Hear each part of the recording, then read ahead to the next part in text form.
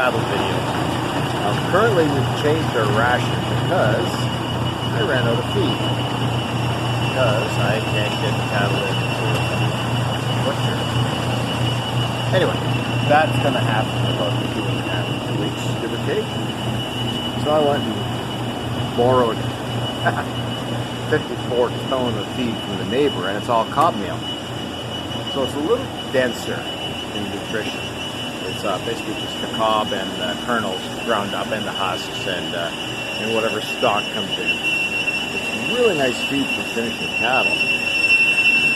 And I'm feeding a little of dry distillers, which I can't get anymore because the ethanol plants are closed down, and some rolled corn.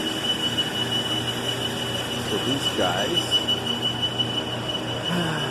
they're fat. There's going to be some overweights. I mean,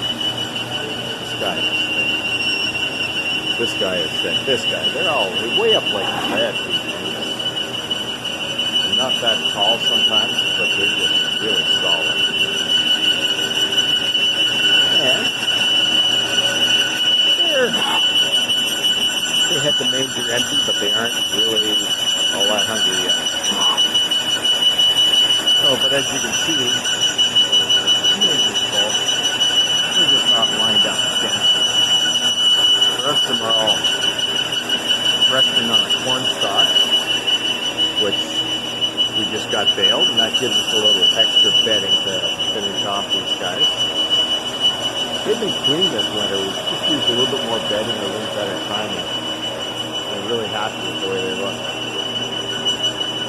Anyway, feeding time is up to time. Not a rough life, actually, provided nothing breaks. About 100 feet of manger, both sides. Yeah. Lois's cattle still do better than mine. Dang it.